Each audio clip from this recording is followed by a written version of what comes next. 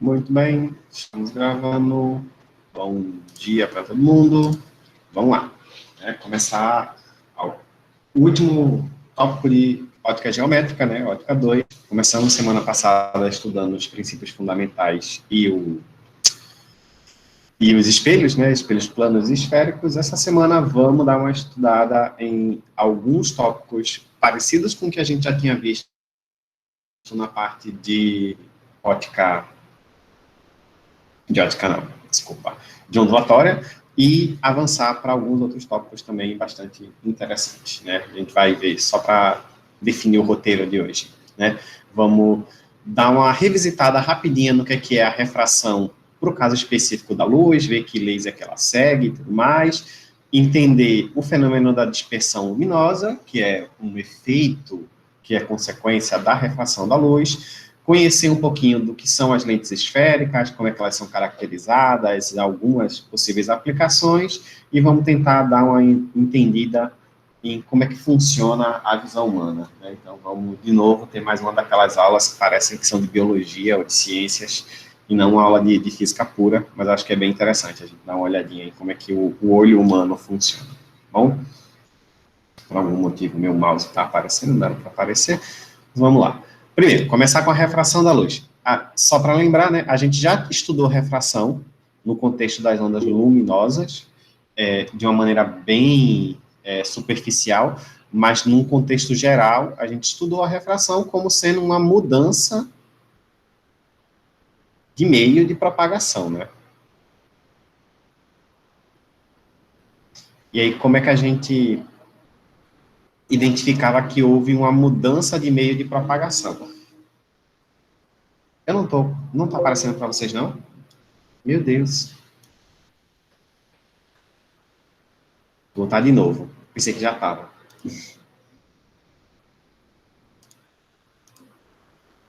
Obviamente não estava. Foi mal, galera. Começar de novo.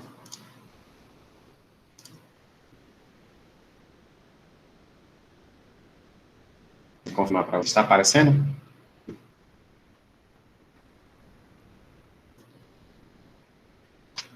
Apareceu agora para vocês? Então? Sim, apareceu.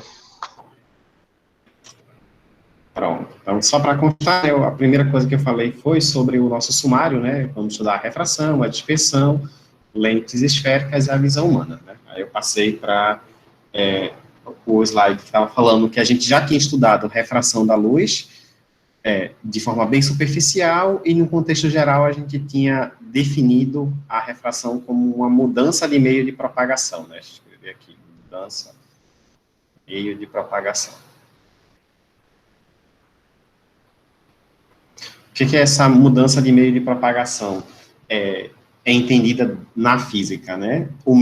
A luz, ou uma onda qualquer, passou para um meio de propagação diferente quando tem uma variação na velocidade em que ela se propaga. Às vezes, o meio pode significar que é o mesmo material, mas organizado de outra forma, como, por exemplo, se eu pegar duas cordas, uma mais grossa e uma mais fina, feitas do mesmo material, e colocar um pulso num lado dessa corda e deixar ele se propagar, ele vai acabar sofrendo uma refração quando ele passar da corda mais fina para a corda mais grossa, ou o contrário, mesmo sendo o mesmo material, composto pelo mesmo tipo de tecido, mas ainda assim temos uma refração, porque a velocidade de propagação na corda mais grossa é diferente na corda mais...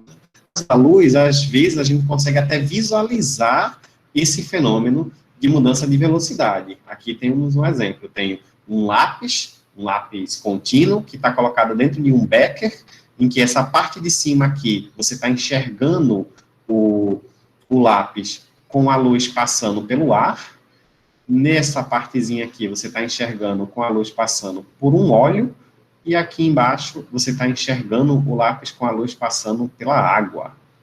Então, meios de propagação diferentes fazem com que, no caso da luz, a diferença na velocidade de propagação, ela seja visualizada. É de uma forma indireta, porque você não consegue ver a luz se locomovendo, porque é rápido demais para a gente enxergar com os nossos olhos, Mas um efeito indireto, que é esse desvio que a luz sofre, é perceptível. E aí você enxerga o mesmo lápis como se ele tivesse um pedaço aqui, e aí tem uma desconexão nessa superfície de separação, e aqui tem uma outra desconexão nessa outra superfície de separação. Né? Em termos técnicos, a refração da luz é essa variação na velocidade de propagação.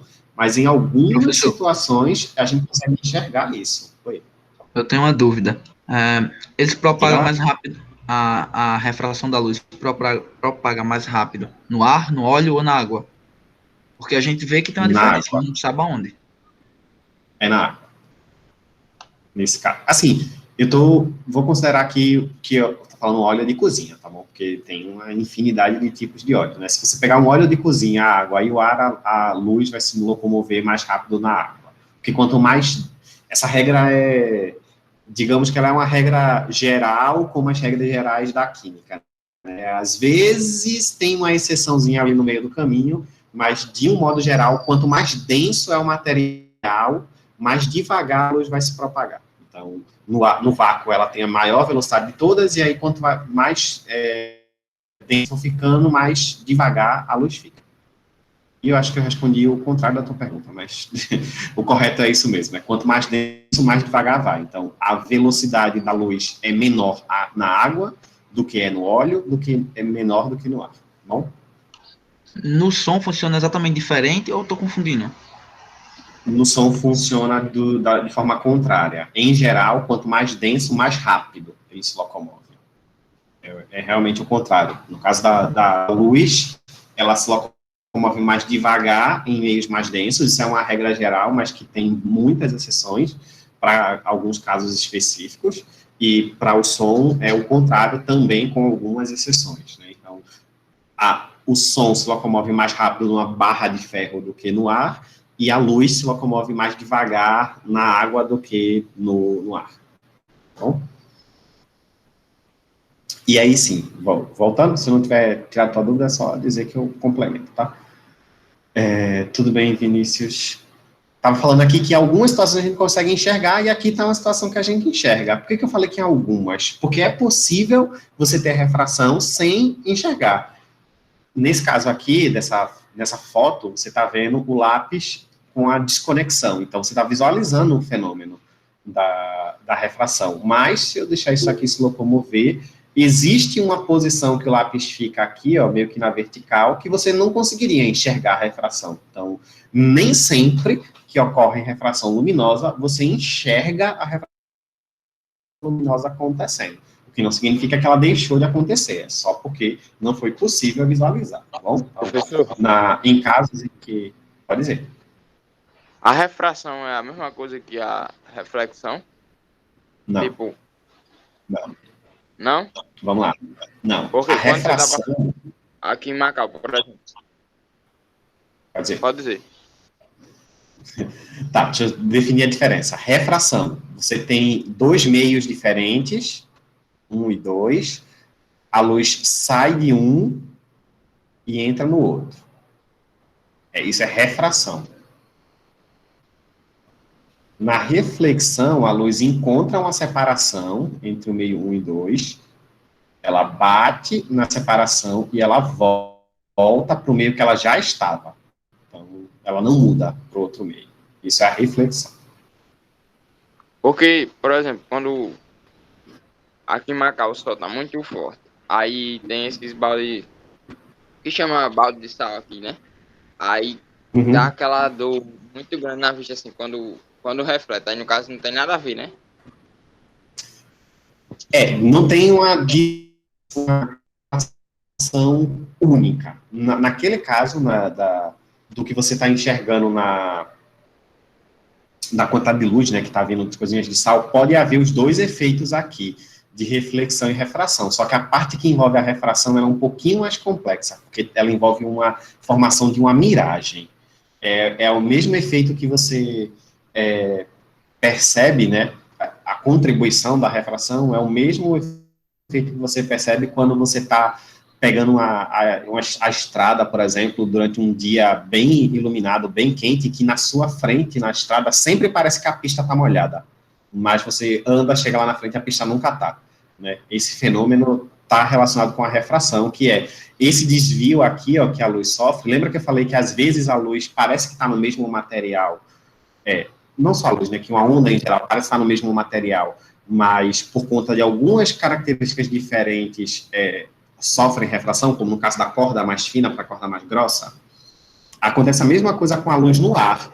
Quando ela vai passando por camadas do ar que estão a temperaturas diferentes, isso num dia quente é muito comum acontecer perto do solo, porque o chão esquenta muito, e quanto mais distante do chão você estiver, menos quente vai ficando. Então, a luz vai sofrendo pequenas refrações até atingir o chão, e ao invés de ela se locomover assim, ó, pensa que aqui está a estrada, ao invés de ela fazer isso e refletir, ela vai sofrendo pequenos desvios no caminho, e ela faz isso. Ela curva mesmo, ela faz uma curva, ela não bate e volta, ela faz uma curva.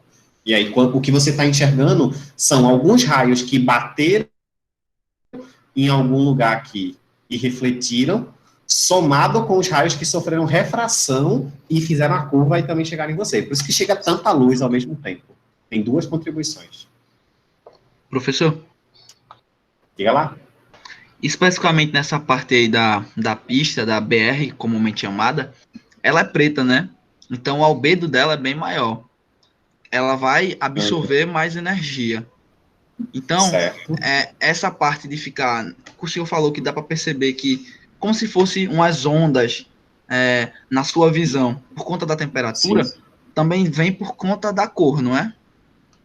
Vem também por conta da cor, exatamente. Se você tivesse uma estrada branca, esse efeito era muito menor. Se pintasse todas as estradas de branco, a gente ia ter esse tipo de efeito, tanto esse efeito de enxergar mais na frente como se tivesse molhado, né, porque está refletindo muito, ou o efeito de enxergar aquelas ondulaçõezinhas em qualquer imagem, né, que esteja mais para frente por conta da alta temperatura, ele ia ser bastante reduzido. Professor, mas se fosse um dia que tivesse muito pouco, não iria afetar a visão, não? Tipo, Tá, eu vou pensar que tu repita o começo porque cortou o áudio, não ouvi.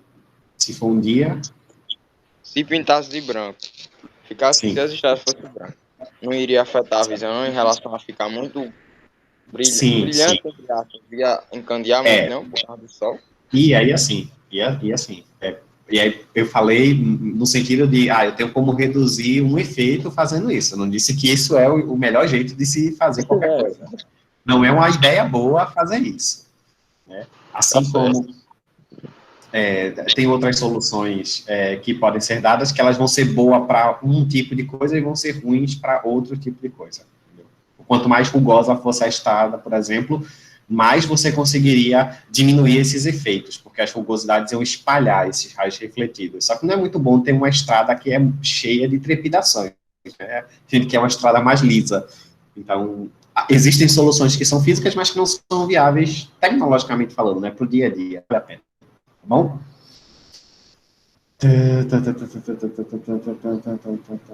Pois é. Vamos lá, tava comentando aqui, né, a questão que às vezes a gente enxerga, às vezes não. Isso é só para a gente ter uma noção de que não dá para usar a definição de que a refração da luz é a mudança na direção da luz, porque às vezes não muda, tá bom?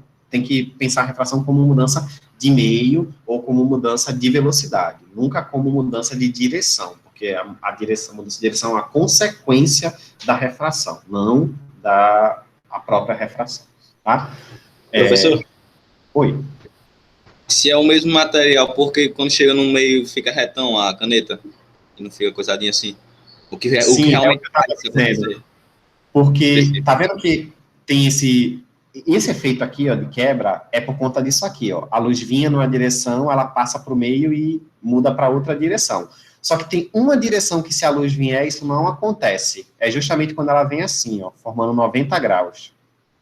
Se ela entrar na superfície de separação formando 90 graus, ela sai com os mesmos 90 graus. E a gente vai entender matematicamente qual a origem disso. Tem uma explicação matemática para isso. Então, se ela passa direto e não sofre mudança de direção, eu enxergo esse pedaço aqui da imagem, quando A luz que estava chegando na câmera, ela estava incidindo diretamente no lápis, estava incidindo com um ângulo de 90 graus. Por isso que nesse pedaço aqui não enxerga. E essa questão da quebra aqui, essa direção aqui é tão importante que se você tiver duas pessoas olhando de lados diferentes, tipo, um olhando na frente e um olhando na lateral direita, o momento que a pessoa que está na frente deixa de enxergar a refração é diferente do momento de quem está do lado direito, justamente porque o ângulo que a luz bateu para quem está na frente não é o mesmo para quem estava do lado. Então, essa realmente é uma questão de só visualização. Inclusive, dava para produzir esse mesmo efeito aqui, ó, que está sendo observado, ao invés de pegar o lápis e mover, deixar o lápis parado, inclinado e ir movendo a câmera ao redor. Você ia ter a mesma impressão de que tem um certo momento que não tem a refração, ou melhor, não tem a quebra, né, da visualização do lápis, e em outros momentos você consegue visualizar a quebra do lápis. É uma questão de ângulo de visão, de que lado você está olhando para enxergar aquilo. Bom, bem, como é que eu diferencio, né? Como é que a gente diferencia o lápis estar na água, no óleo ou no ar? A gente diferencia isso usando uma característica dos materiais chamada índice de refração absoluto, que vai medir basicamente qual é a porcentagem da velocidade, porcentagem não, porque não é bem a porcentagem, mas a razão entre a velocidade da luz no vácuo e a velocidade da luz naquele material em questão. Então, eu divido a velocidade da luz no vácuo, estou chamando aqui de C, pela velocidade da luz naquele material em específico.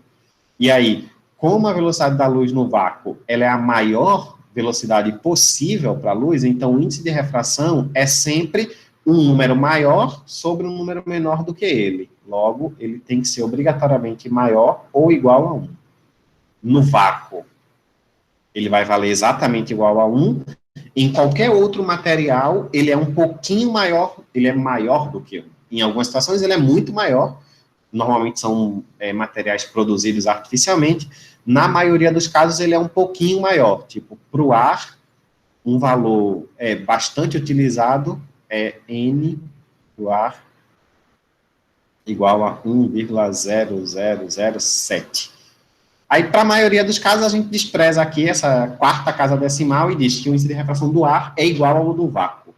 Mas aí, quando vai para o óleo ou para a água, aí já tem uma diferença grande. Vocês vão encontrar, se forem buscar por exercícios matemáticos para resolver, muitos índices de refração da ordem de 1,7, 1,85, 2,3. Não tem como encontrar valores maiores do que, bastante maiores do que 1, tá bom?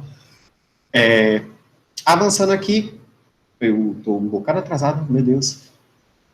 Como é que a gente estuda, entende a direção, para onde é que a luz vai estar direcionada quando ela sofrer uma refração? Quem vai explicar isso é a lei de Snell-Descartes, né, que vai relacionar a direção do raio incidente com a direção do raio refratado. E a relação entre esses dois caras é fixada pelos índices de refração dos dois materiais. Certo?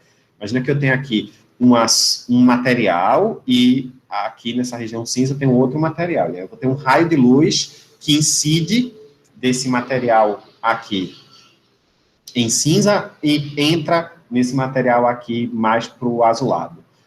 Vai haver uma mudança de direção para a maioria dos casos, exceto quando a incidência for normal. E aí, como é que eu faço para identificar isso? Né? Como é que eu relaciono essas duas direções? Bem, eu traço aqui a reta normal, a superfície, meço o ângulo que o raio incidente forma com a normal e meço aqui o ângulo que o raio refratado forma com a normal.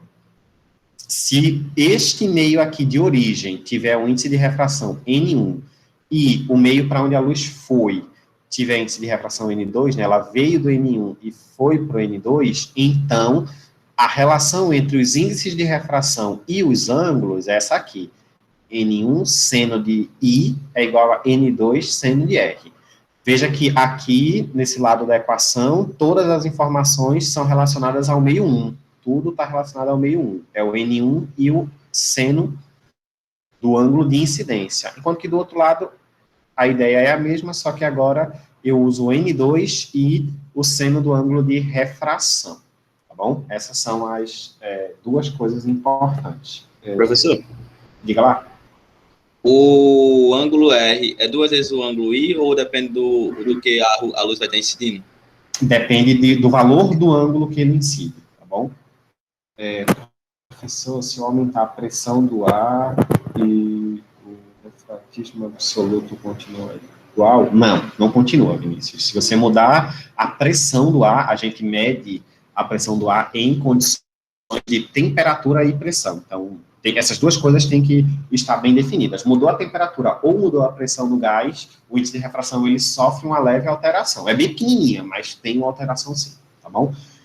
E aí, nesse caso aqui que estava falando, né, esses ângulos aqui, eles são relacionados, bem pequena, assim, eles têm essa relação por esse ângulo aqui, e aí essa é a parte mais chatinha de usar essa equação.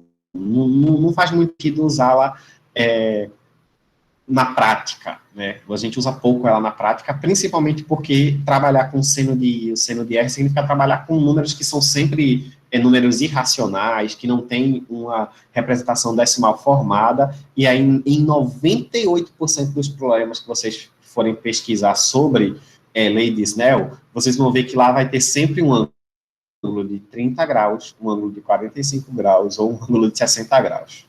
Motivo para isso, porque esses são chamados ângulos notáveis. Né? Só porque, em tese, considera-se que você decora os valores seno, cosseno e tangente desses três ângulos, então quase todos os problemas usam esses ângulos aqui e vão manipular os valores de N1 e N2. O termo correto é esse mesmo, a gente manipula os valores de N1 e N2 para que os ângulos que apareçam sejam os ângulos notáveis. E aí o que normalmente acontece é que os valores dos ângulos de refração que vocês encontram não são nem um pouco próximos da realidade para aquele material. É muito comum aparecerem vidros com índice de refração raiz de 3, e aí você vai procurar numa tabela verdadeira de índices de refração de vidros e não encontra nenhum tipo de vidro que tenha esse índice de refração. Por quê? Porque se inventou esse vidro no problema para que os ângulos sejam ângulos notáveis. Não vou explorar essa parte matemática aqui com vocês, como eu disse, a parte de exercícios matemáticos eu coloquei na semana passada, os exercícios que eu coloquei essa semana são todos teóricos. Coisa importante, não esqueçam que as duas atividades de ótica é para entregar na sexta-feira, tá bom? Então, não percam esse prazo. Mas, pode falar, Vitor. Tá, tudo bem. Tá. Se você quiser ver depois a gravação, fica à vontade. Você vai precisar ver essa gravação provavelmente, porque essa semana eu não encontrei uns vídeos que eu achei legal pro recorte que eu fiz do Boaro, e aí para não ficar colocando vídeos que tem 45 minutos e vocês só vão precisar usar 10 ou 5, aí eu preferi, não, vamos fazer o material assíncrono pela aula síncrona mesmo, tá bom?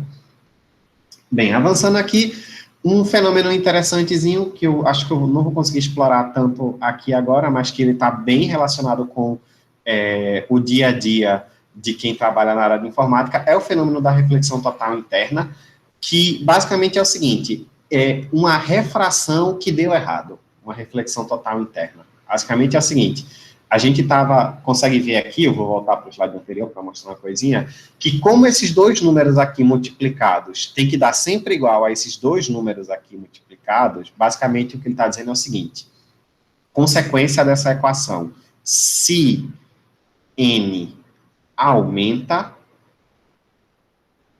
o ângulo diminui. Basicamente é isso. E o contrário também é verdade. Se o n diminui, o ângulo aumenta. E aí, por conta disso, imagino que eu estou aqui numa situação desse tipo. A luz tem que sair aqui desse material, e ele tem um índice de refração aqui maior, e aqui um menor. Bom, como ele está indo para um n menor, o ângulo tem que ser maior, então ele se abre aqui.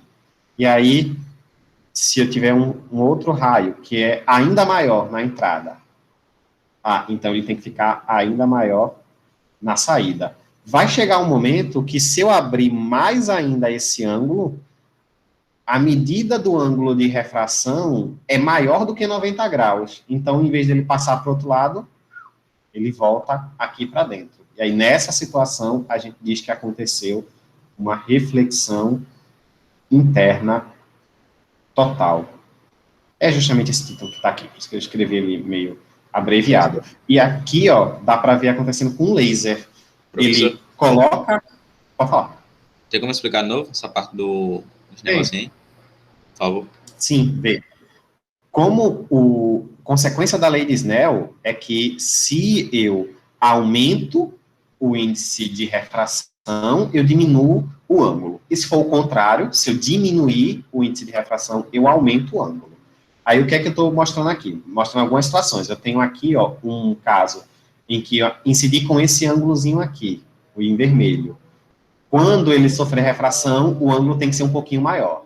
Aí tá aqui.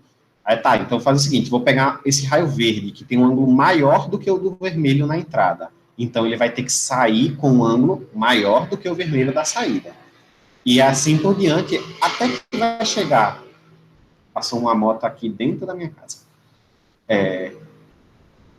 Vai chegar uma situação em que eu vou abrir tanto esse ângulo aqui na entrada, que o ângulo de saída, pela lei de Snell, vai ser maior do que 90 graus. Opa, se o ângulo é maior do que 90 graus, então ele não passa para o outro lado, ele volta.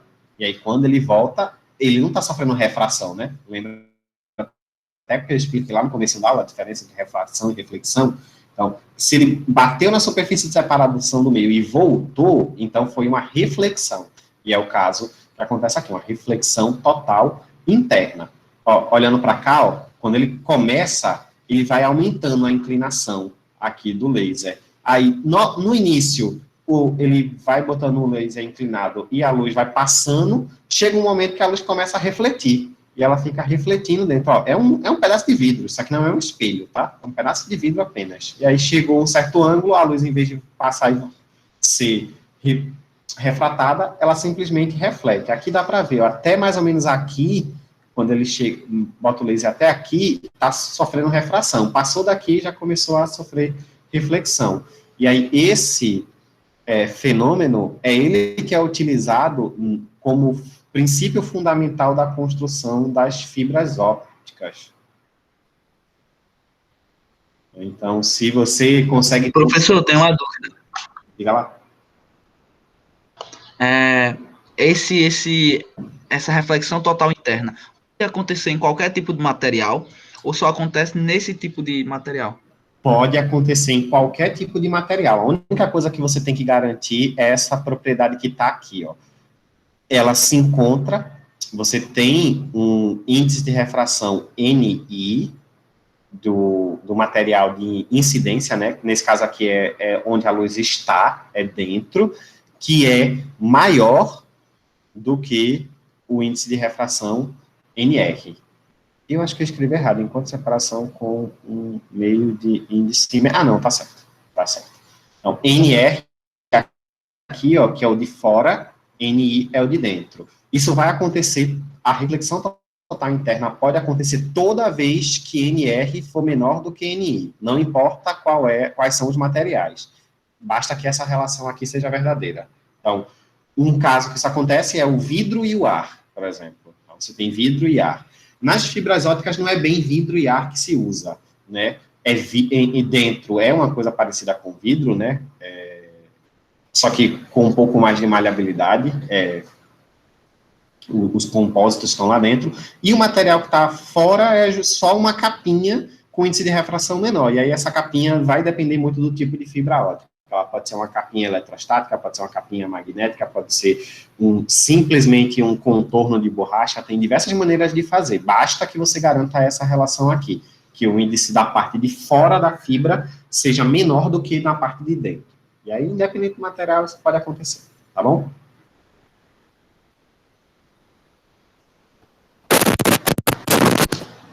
Se estiver travando aí para todo mundo, pode ser que seja a minha internet, né? Lembra que a gente estava mexendo nela agora há pouco.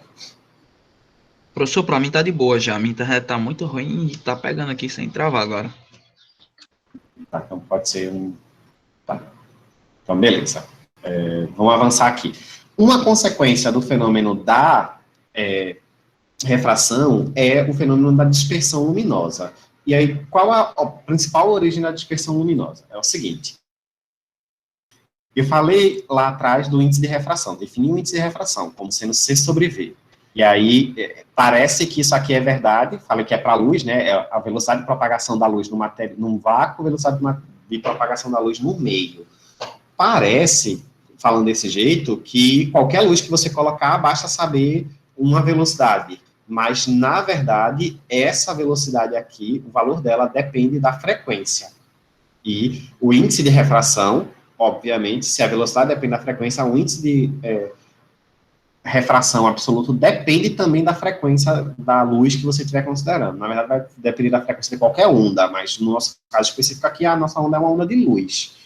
E, para o caso específico da luz visível, a gente pode enxergar essa ideia como sendo o seguinte: para a luz visível, cada cor tem o seu próprio índice de refração. Cada cor tem um índice de refração diferente.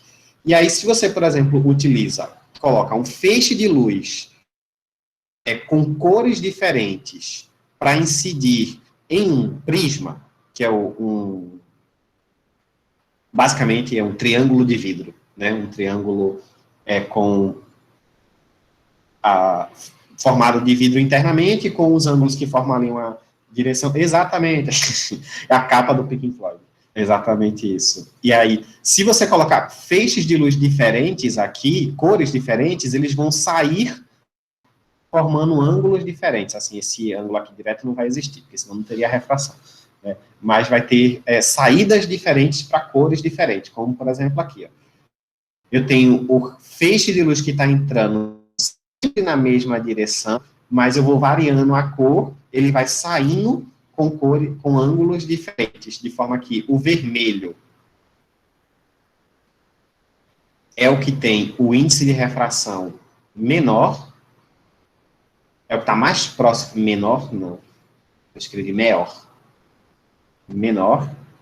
porque ele é o que sofre menos desvio, então ele está mais próximo de ser o índice de refração no vácuo, enquanto que o roxo, aqui, é o violeta, né, aqui, violeta, é que tem um N maior, porque ele sofre o maior desvio. Quanto maior o N, maior o desvio que ele vai sofrer, tá bom? Então, a dispersão, basicamente, é como cada cor de luz tem sairia com um ângulo diferente. Se eu fizer incidir luz branca na entrada, que é formada por todas as cores, ela vai se separar em algumas outras cores, na verdade, vai se separar num espectro gigante. E então, o vermelho vai estar aqui na parte de cima, porque é o que sofre o maior desvio, e o violeta vai estar aqui na parte de baixo, que é o que sofre o maior dos desvios. Bom, essa é como se forma a dispersão, e a dispersão é responsável por formar diversas coisinhas, como, por exemplo, eu sou péssimo para escrever. Arco-íris, vivo colocando acento no lugar errado. A formação do arco-íris se deve justamente por conta da dispersão luminosa. Você está perguntando. Se apontarmos um laser de uma só cor, ele vai gerar isso aí também? Não. Se o laser for monocromático, tiver uma única cor, essa uma única cor vai ser desviada. Somente, só isso. Se você tiver um laser que é policromático, que tem mais do que uma cor, aí sim você vai conseguir enxergar. Se você tiver um prisma e colocar a lanterna no celular, já é suficiente para você ver isso. Né? Se você não tiver um prisma, pode pegar um CD. Não sei se as pessoas ainda usam CD hoje em dia, na época das nuvens. Né? Mas um CD também faz esse mesmo de dispersar as cores. Eles são monocromáticos, ainda assim. Por mais fuleiros que eles possam parecer, eles geram luz monocromática. Uma frequência bem definida ali. Bom, de facilidade, não gerar luz na intensidade suficiente, mas ainda assim eles são monocromáticos, tá bom? Aí estava comentando que o arco-íris é uma das coisas responsáveis por isso. Sabe aquele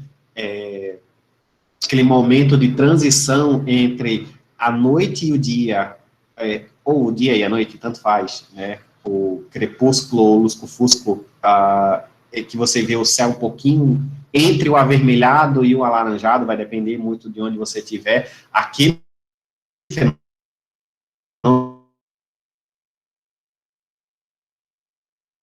do céu, coloca aqui no pôr do sol, mas no nascer do sol também acontece, né? No pôr do sol é uma consequência da dispersão luminosa, que os raios luminosos que estão vindo do sol, o violeta, o roxo, o azul, eles se desviam demais e acabam não conseguindo chegar na gente, enquanto que o vermelho ele desvia um pouquinho menos e acaba chegando na gente. Aí a mistura do vermelho com laranja dá aquela coloração do lusco-fusco. Avançando aqui um pouquinho, o próximo tópico que a gente vai falar é o estudo das lentes esféricas. Tá na hora do intervalo. Vocês se importam que eu avance um pouquinho ou é melhor parar e a gente tentar pegar depois do intervalo direto, até concluir?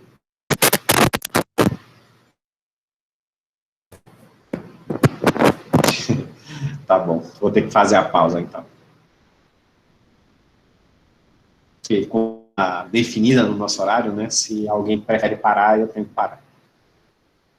Mas aí na volta eu vou já avisar que eu vou precisar de mais uns 5 ou 10 minutinhos, tá bom? Para compensar o atraso do início. Deixa eu parar aqui a gravação.